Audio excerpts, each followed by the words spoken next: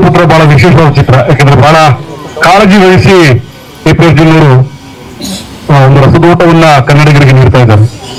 ವಿಶೇಷ ಏನಪ್ಪಾ ಅಂತ ಹೇಳಿದ್ರೆ, ನಮ್ಮ ಉಪಾಧ್ಯಕ್ಷರಲ್ಲಿ ನಾಯಕರಾಗಿ ನಮಗೆ ರಂಜಿಸಿದ್ರು ನಮ್ಮ ಚಿಕ್ಕಣ್ಣ.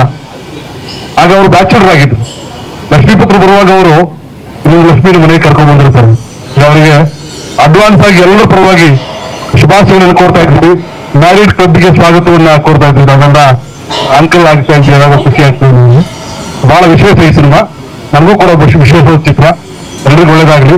ಇದ್ರ ಮೂಲಕ ಒಂದು ಮತ್ತೊಬ್ಬ ಒಳ್ಳೆ ನಿರ್ದೇಶಕರನ್ನ ಎ.ಪಿ. ಅರ್ಜುನ್ ಅವರು ಇಂಟ್ರೊಡ್ಯೂಸ್ ಮಾಡ್ತಿದ್ದಾರೆ ಸ್ವಾಮಿಯವರ ಮೂಲಕ. ಅವ್ರಿಗೂ ಕೂಡ ಒಳ್ಳೇದಾಗ್ಲಿ, ಇಡೀ ಚಿತ್ರತಂಡಕ್ಕೆ ಒಳ್ಳೇದಾಗ್ಲಿ. ಲಕ್ಷ್ಮೀಪುತ್ರ ಬಹಳ ವಿಶೇಷವಾದ ಚಿತ್ರ. ಯಾಕಂದ್ರೆ ಬಹಳ ಕಾಳಜಿ ವಹಿಸಿ ಎ.ಪಿ. ಅರ್ಜುನ್ ಅವರು ಒಂದು ರಸದೋಟವನ್ನ ಕನ್ನಡಿಗರಿಗೆ ನೀಡ್ತಾ ಇದ್ದಾರೆ.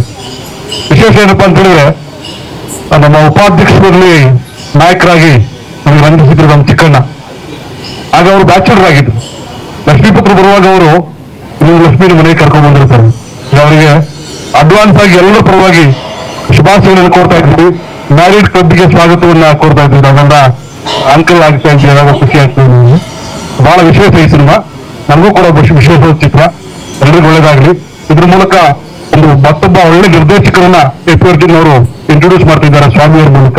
ಅವ್ರಿಗೂ ಕೂಡ ಒಳ್ಳೇದಾಗ್ಲಿ, ಇಡೀ ಚಿತ್ರತಂಡಕ್ಕೆ ಒಳ್ಳೇದಾಗ್ಲಿ. ಎಲ್ಲಾ ಕಲಾವಿದರ ಪರವಾಗಿ ನಿಮಗೆ ಶುಭಾಶಯಗಳನ್ನು ಕೊಡ್ತಾ ಇದ್ದೀನಿ. Thank you. ನವೆಂಬರ್ 27 ನಮ್ಮ ಚಿತ್ರ ಲಕ್ಷ್ಮೀಪುತ್ರ. ಎಂಜಾಯ್ ಮಾಡಿ, ಬಹಳ ಚೆನ್ನಾಗಿರುತ್ತೆ.